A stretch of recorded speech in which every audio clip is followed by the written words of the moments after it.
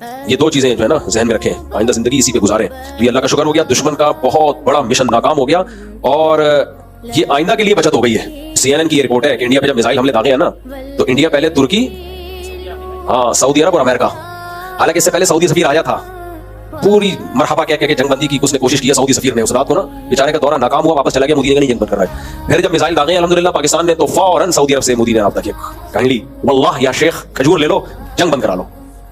तो वल्लाह अंता तवीरुल क़ामतुल इंसानिय्या, आप बहुत तवीरुल क़ामत इंसान है, आप बहुत पावरफुल है, तो आप बंद कर दो इस जंग को। तुर्की के पास भी क्या, ईरान के पास भी ना।